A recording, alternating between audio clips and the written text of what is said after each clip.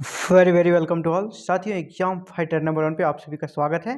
आज हम लोग एक बहुत ही महत्वपूर्ण पढ़ाई से हट के एक अलग टॉपिक को डिस्कस करने वाले हैं, जो कि हमारे जो चैनल है उसी के अकॉर्डिंग हायर एजुकेशन से रिलेटेड है। और हायर एजुकेशन में सबसे बड़ी डिग्री इंडिया की मानी जाती है पीएचडी। तो आज हम लोग पीएचडी के बारे में A to Z everything about PhD आज हम लोग जानेंगे कि क्या होता है पीएचडी, कैसे किया जाता है पीएचडी और पीएचडी से क्या क्या लाभ होते हैं और पीएचडी के दौरान कौन कौन से प्रक्रियाओं से गुजरना पड़ता है। निश्चय ही आप अगर नेट यूजीसी नेट जेआरएफ की तैयारी कर रहे हैं तो निश्चय ही इसके बाद आपको पीएचडी करनी होगी, और तभी आप हायर एजुकेशन में एक अच्छे पद पर असिस्टेंट प्रोफेसर के साथ साथ आप एसोसिएट प्रोफेसर और प्रोफेसर के पद पर जा सकते हैं, और अंततः प्रमोशन होकर आप वीसी तक भी बन सकते हैं। और इसके लिए आपको पीएचडी की डिग्री बहुत ही ज़्यादा ज़रूरी होती है। तो हम लोग ए टू जेड जानेंगे। सबसे पहला कि पीएचडी हो का फुल फॉर्म क्या होता है। सबसे साधारण सा बात है कि पीएचडी हम लोग बोलते हैं, आखिर इसका फुल फॉर्म क्या होता है। तो इसका फुल फॉर्म होता है doctor of philosophy. Doctor of philosophy, जिस प्रकार एक डॉक्टर से उम्मीद करते हैं कि वह हर बीमारी का इलाज कर दे, पर्टिकुलर अगर फिजिशियन है तो फिजिशियन से संबंधित ए टू जेड नॉलेज हो, सर्जन है तो सर्जन से संबंधित ए टू जेड नॉलेज हो, इसीलिए वो डॉक्टर की उपाधि लगाते हैं। इसी प्रकार जब आप किसी विषय से या किसी टॉपिक से पीएचडी की डिग्री पूरी करते हैं तो इसका मतलब ये होता है कि आप उस विषय के मास्टर हैं। उस विषय के बारे में आपके पास ए टू जेड एवरीथिंग आपको जानकारी है उस विषय के बारे में। इसीलिए इसका नाम ही है डॉक्टर ऑफ फिलॉसफी। पीएचडी का फुल फॉर्म क्या हो गया? Doctor of philosophy. दूसरा सवाल होता है सर एडमिशन कैसे लें। तो एडमिशन के लिए दो तरीके हैं मेरे बंधु, दो तरीके हैं। पहला है कि प्रत्येक यूनिवर्सिटी एक एंट्रेंस टेस्ट लेती है, एंट्रेंस टेस्ट लेती है, और उस एंट्रेंस टेस्ट में आपका 50 मार्क्स, जो 50% क्वेश्चन रहेंगे वो रिसर्च मैथोलॉजी के रहेंगे आपको, और 50% जो शेष क्वेश्चन बचता है वो आपके विषय वस्तु से होंगे। जिस सब्जेक्ट के हैं आपको उससे 50% क्वेश्चन पूछे जाएंगे, तो सब्जेक्ट बेस्ड 50%। तो इस एंट्रेंस टेस्ट को आप अगर पास कर जाते हैं तो आपका पीएचडी में एडमिशन हो जाएगा। अलग अलग यूनिवर्सिटी अलग अलग टाइम टू टाइम पीएचडी के लिए नोटिफिकेशन जारी करती है और एडमिशन लेती है एंट्रेंस टेस्ट के माध्यम से। इसके अलावा बताना चाहूँगा, अगर आप इस टेस्ट से बचना चाहते हैं, टेस्ट नहीं देना चाहते हैं, तो वैसे स्टूडेंट जो कि नेट या जेआरएफ पास कर चुके हैं, नेट या जेआरएफ क्रैक कर चुके हैं, उसे इस एग्ज़ाम में बैठने की से छूट दी गई है। वो एंट्रेंस टेस्ट में बिना बैठे भी अपना एडमिशन करा सकते हैं। उनका एडमिशन डायरेक्ट होता है। सिंपल सा बात कहूँ तो उनका एडमिशन कैसे होता है? डायरेक्ट। वो पीएचडी में डायरेक्ट एडमिशन ले सकते हैं बिना किसी एंट्रेंस टेस्ट के। कौन? जो नेट पास है या जेआरएफ है या स्टेट वाला सेट पास है। ठीक है, हो गया एडमिशन कैसे होता है। तीसरा हम लोग देखेंगे कि कोर्स वर्क क्या है। पीएचडी के दौरान आपको कोर्स वर्क करने पड़ते हैं। तो कोर्स वर्क ये कि 6 मंथ का होता है। कोर्स वर्क 6 मंथ का होता है, और इस 6 मंथ में आपको बताया जाता है कि किस प्रकार आप रिसर्च करना है, रिसर्च के क्या स्टेप होते हैं, आप थीसिस को किस प्रकार लिखना प्रारंभ करेंगे। ये सारी चीज़ों का यहाँ पे अध्ययन कराया जाता है आपको। और मतलब आपका रिसर्च करने से पहले ये कोर्स वर्क करना जरूरी होता है, जो कि 6 मंथ का मिनिमम होता है। और इस कोर्स वर्क का फिर एग्ज़ाम भी होता है। इस कोर्स वर्क 6 मंथ करने के बाद आपका इवैल्यूएशन होगा, एग्ज़ाम होगा कि आपने कोर्स वर्क से क्या क्या सीखा, और इस एग्ज़ाम को पास करने के बाद आपका पीएचडी में रजिस्ट्रेशन हो जाता है। अब एक सवाल ये भी आता है कि गवर्नमेंट जॉब करने वाले पीएचडी कर सकते हैं कि नहीं। तो गवर्नमेंट जॉब करने वाले भी पीएचडी कर सकते हैं।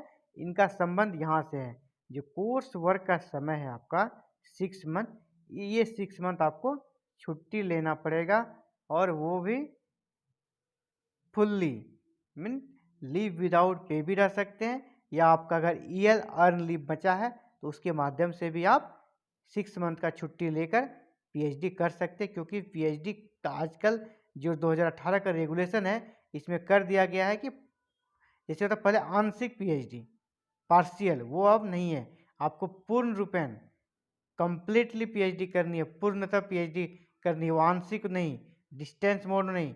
आपको अगर करते हैं तो ही आपको जो पीएचडी के लिए आजकल 30 पॉइंट दिए जा रहे हैं असिस्टेंट प्रोफेसर के इंटरव्यू में, तभी आपको मिल पाएगा। तो इसीलिए गवर्नमेंट जॉब वाले अगर आप पीएचडी करना चाहते हैं, आपको 6 मंथ का लीव लेना पड़ेगा कोर्स वर्क के दौरान। जो एक बहुत ही महत्वपूर्ण और सामान्य सा सवाल है, इसमें सर समय कितना लगता है पीएचडी का, में समय कितना लगता है? तो पीएचडी में मिनिमम 3 to 5, आप 3 साल के बाद भी अपने थीसिस को सबमिट कर सकते हैं और 3 साल के बाद आपका थीसिस का एवोल्यूशन आएगा और उसका अगर सही रहा तो आपको 3 साल के अंदर ही डिग्री मिल जाएगी, पीएचडी अवॉर्डेड आप हो जाएंगे। लेकिन अगर आप नहीं कर सकते हैं तो मैक्सिमम 5 साल में के अंदर आपको पीएचडी करनी है। अगर आप पीएचडी कर लेते हैं 5 साल के अंदर तो ठीक है, अगर आप 5 साल के अंदर थीसिस को सबमिट नहीं कर पाते हैं तो आपका रजिस्ट्रेशन रद्द माना जाएगा, आपका रजिस्ट्रेशन रद्द हो जाएगा। लेकिन यहाँ भी कुछ रूल्स होते हैं, अगर आप 5 साल के दौरान अपने थीसिस को सबमिट नहीं कर पाते हैं तो एक्सटेंशन के लिए भी अगर आप उचित कारण देते हैं कि अवधि को बढ़ाने के लिए, तो आपको एक बार में 1 साल का समय दिया जाएगा, यानी आपको 6 साल कर दिया जाएगा और आप आराम से अपने थीसिस को सबमिट कर सकते हैं। रहा सवाल फीस, फीस कितना लगता है? तो अगर आप नेट या जेआरएफ हैं और विशेषकर जेआरएफ हैं तो आपको तो फीस लगेगा क्या, सरकार आपको फीस देगी पर मंथ लगभग 40,000 के आसपास, 40,000 के आसपास पर मंथ देगी सरकार, किसको? जो जेआरएफ पास है, और वो आपको पीएचडी करने के लिए देगी।